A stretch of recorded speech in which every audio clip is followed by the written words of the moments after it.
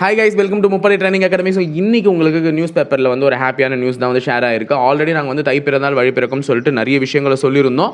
அந்த பேப்பர் கட்டிங்கில் நீங்கள் பார்த்துருப்பீங்க என்னன்ட்டு. கிட்டத்தட்ட 10,000 பேரை வந்து புதிதாக தேர்வு செய்யணும்னு சொல்லிட்டு உத்தரவு பிறப்பிச்சிருக்காங்க. அதாவது அவ்வளோ பேருக்கான நோட்டிஃபிகேஷன் வரப்போகுதுன்னு சொல்லியிருக்காங்க. இதில் எஸ்ஐக்கு 450 வேகன்சியும், பிசிக்கு வந்து 10,000 அபோவ் வேகன்சியும் வரப்போகுது. இது ஒரு நல்ல ஆப்பர்ச்சுனிட்டி.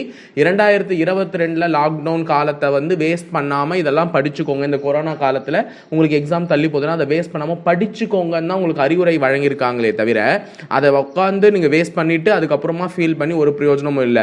ஸோ எப்போ வேணால் எக்ஸாமை கண்டக்ட் பண்ணுறதுக்கான சான்சஸ் இருக்குது ஒன்ஸ் த நோட்டிஃபிகேஷன் ரிலீஸ் ஆகிடுச்சுன்னா.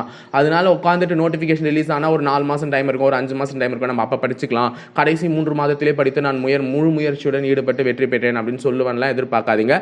இதெல்லாம் இந்த காலத்தில் இருக்கக்கூடிய காம்படிட்டிவ் எக்ஸாமில் நடக்காத ஒரு விஷயம். ஸோ இப்போதுலேருந்தே உங்கள் முயற்சியை வச்சு நீங்கள் படிக்க ஆரம்பிச்சிங்கன்னா மட்டும்தான் உங்களுக்கு அந்த வெற்றின்றது கிட்டவாது போக முடியும், இல்லைன்னா அதை போய் படிக்கவாது முடியும். அதனால் இப்போதுலேருந்தே தயவு செஞ்சு படிக்க ஆரம்பிச்சிருங்க. உங்களுக்கான காவல்காரன் டெஸ்ட் சீரிஸோட விரைவில் நாங்கள் வந்து உங்களுக்கு சந்திக்கிறோம்.